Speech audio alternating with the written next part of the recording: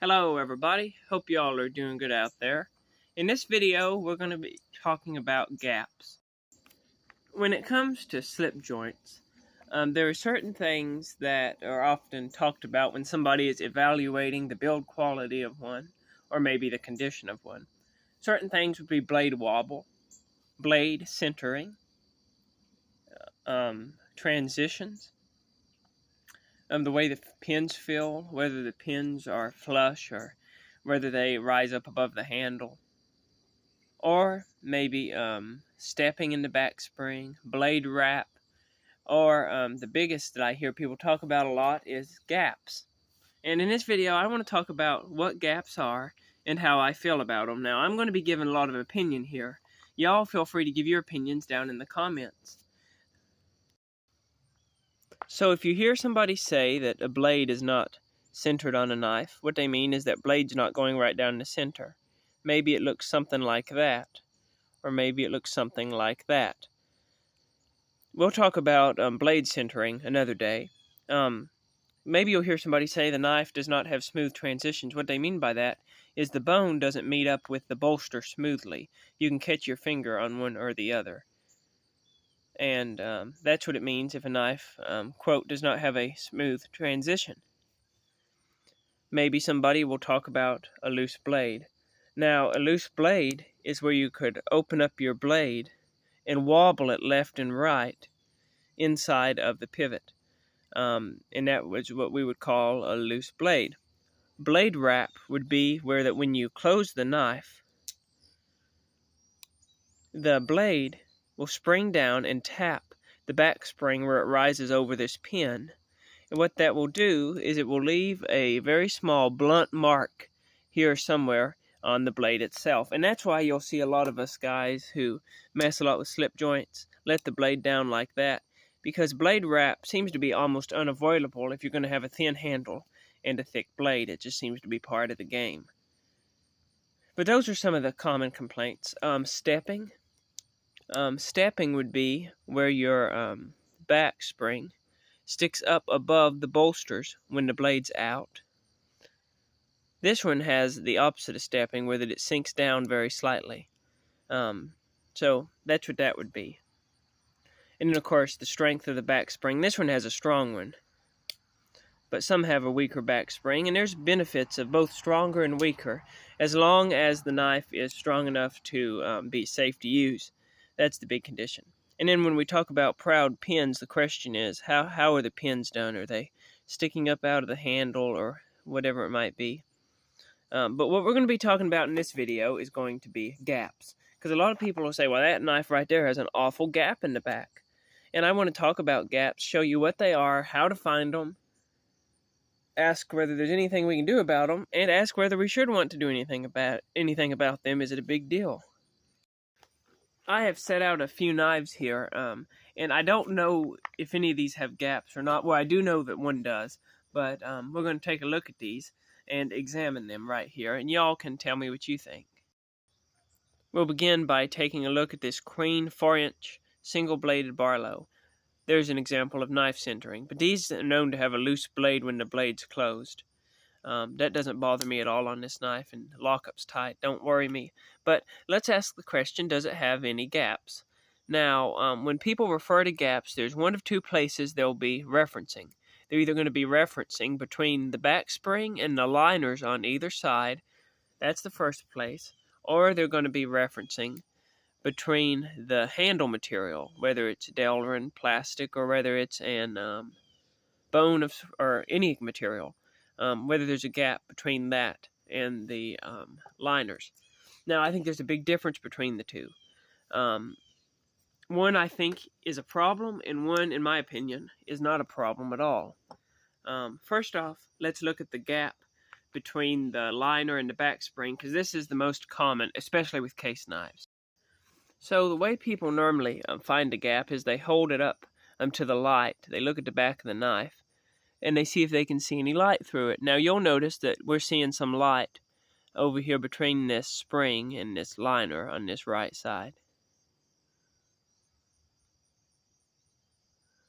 Right in through there. So this knife has a gap. Let's pull out the next one. Next one is this Mikov Rebecca, the fish knife. Let's check this one out.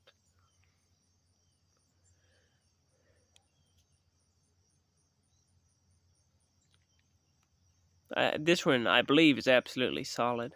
I do not believe there is any gappage on this knife whatsoever, and in a minute, we might talk about why I think that is.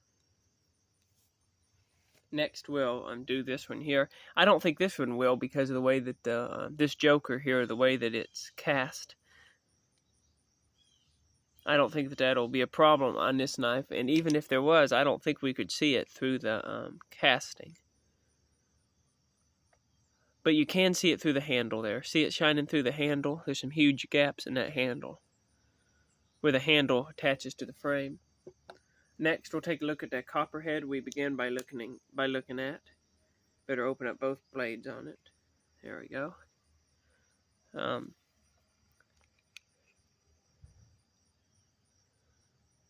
Now, if you'll notice, we've got a gap on the back spring there on the left. See the light coming through? Between the back spring and the liner. We've got a gap on the right between the back spring and the liner. And we've even got some light.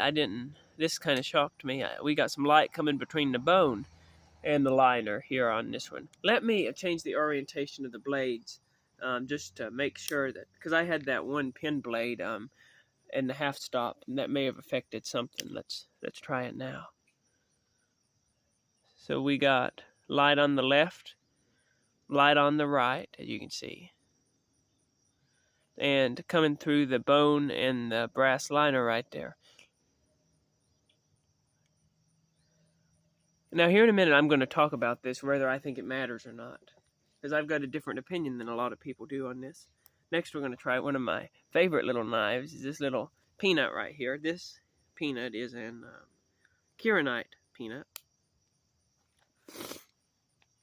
I haven't looked at this one before to see if it has any gaps or not.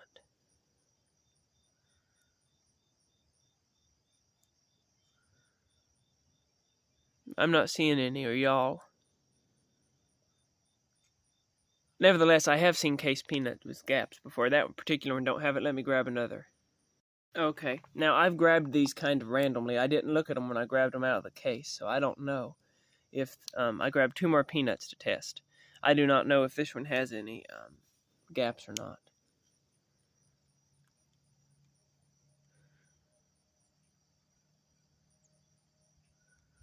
I'm not well, there may be just a very little bit right there on the right, but it's absolutely minuscule.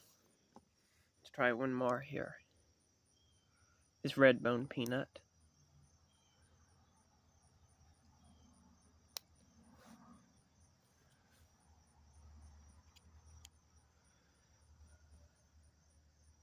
Just a very little bit on this one also, right over to the left of the back spring, but very, very minuscule.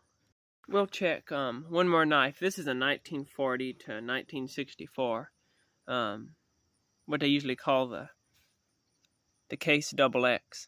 Now this knife, it's been used in its life. So this one is not in like new condition. But nevertheless.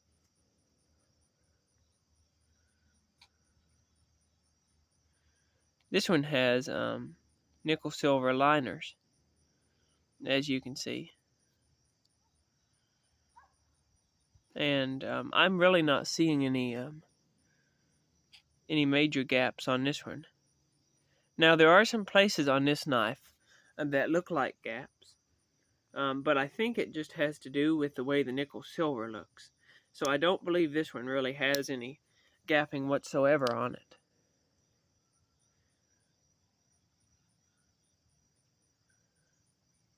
Yeah, you can see this one's had some kind of acid on it or something's happened to it over the years. It was like that when I got it and cleaned it up. So then, with these knives here, we had gap, no gap. I'm going to say no gap.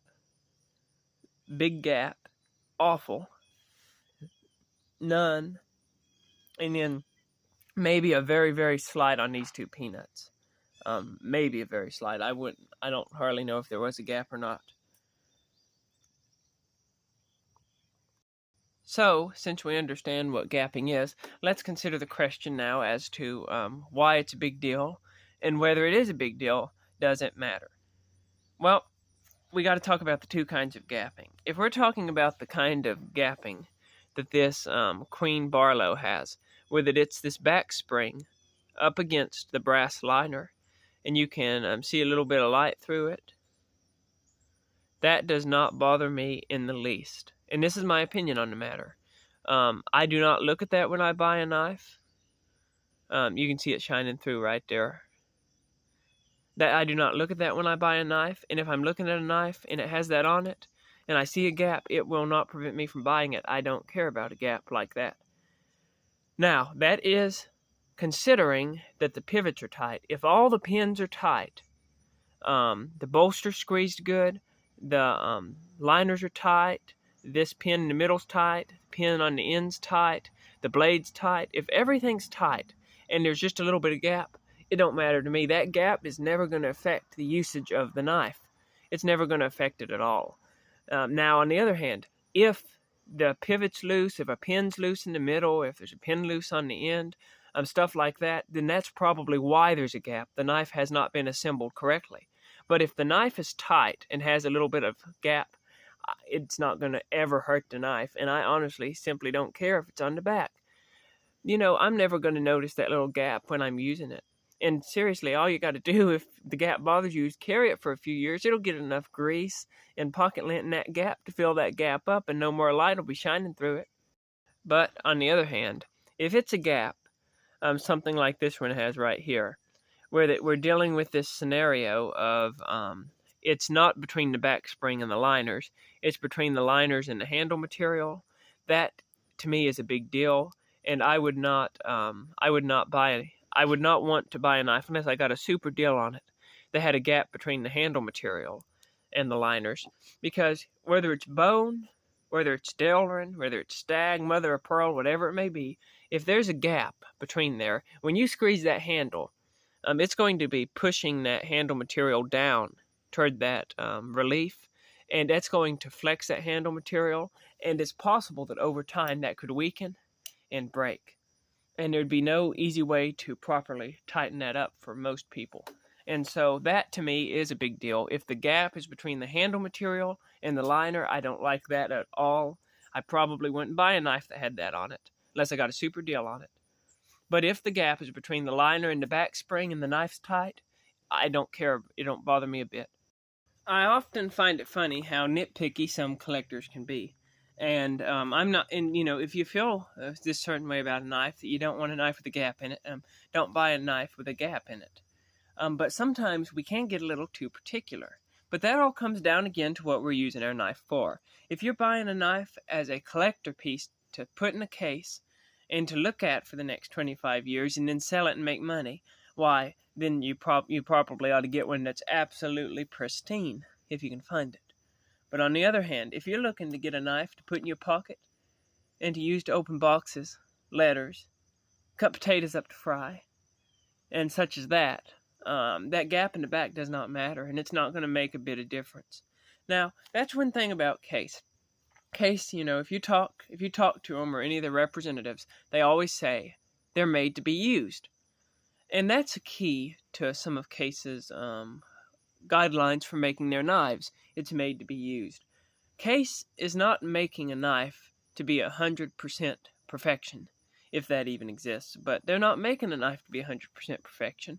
They're making a knife that they intend to be used. And when it comes to things like a little gap in the back spring, that does not affect the use of the knife. And so they're not going to worry about it. Now, Case, of course, could make a knife without a back spring in the back. For instance, this little peanut right here. They could make this knife without that teensy-weensy little bitty gap that we saw a little bit of light come through that I can't even make out. They could do that. But the amount of work it would take would probably double the price of this knife. I mean, I'm serious. Think about it. Any knife company out there that's putting out these knives that are 100% perfect, they're wanting way over $100 for them.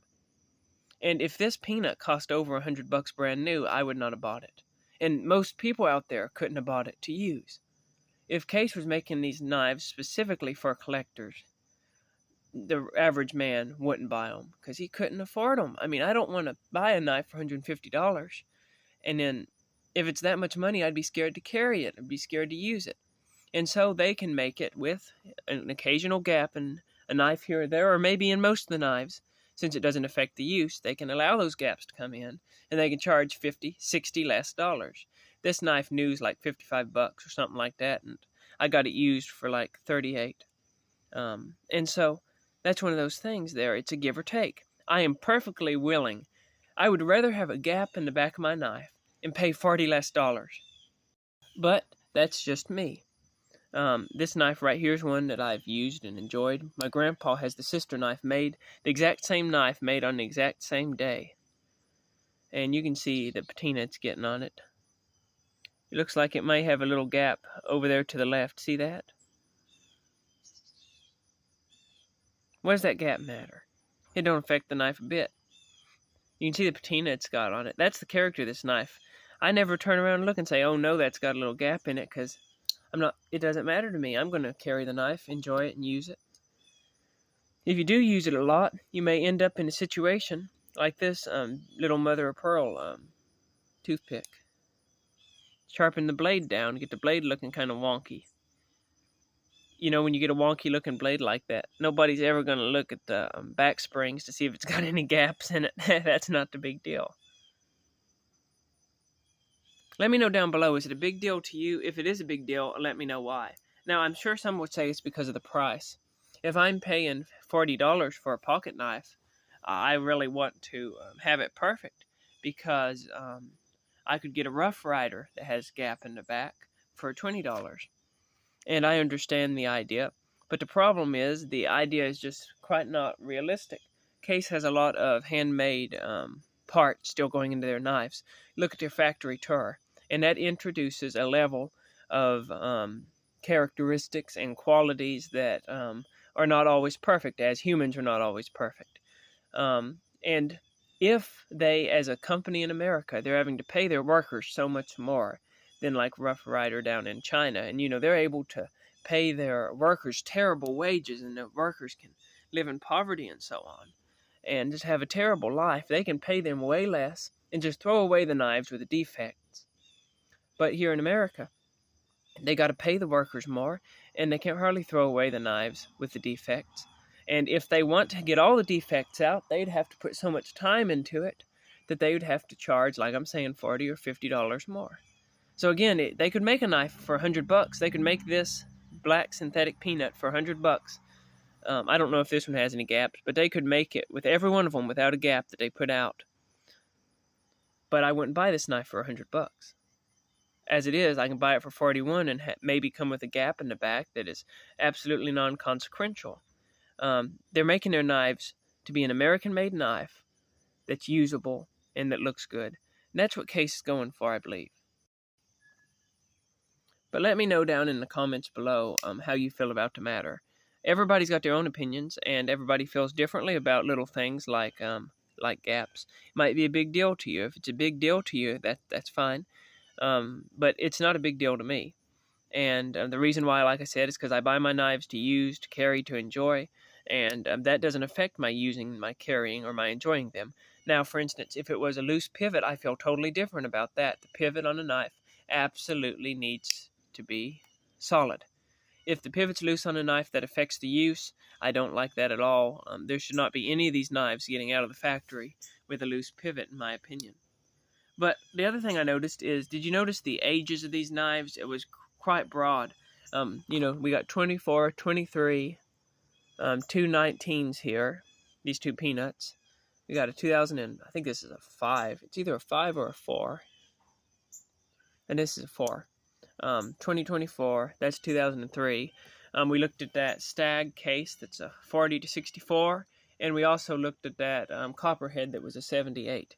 And you can see, all throughout the years, as far as I can tell, the gaps have been just a common trait. It's not like a new thing that Case just started having trouble with. And these knives that are 40, 50 years old that have had gaps in them the whole time, it hasn't harmed the knife's usability, not even a little bit. Now, some of the reasons for gaps, I think, has to do with the pin construction. It's harder to center a blade as well with pin construction. Screws are easier and simpler for things like that to get a tighter fit and finish. But this is the traditional way of doing it, and if you're going to enjoy the traditional knife world, you're going to have to learn that some of these things are just common traits, and if they're a big deal to you, why, it's just going to make collecting a lot harder is all. But yeah, comment down below. Let me know. Is it a big deal to y'all? Thanks for watching. You have a good day. Keep your knives sharp.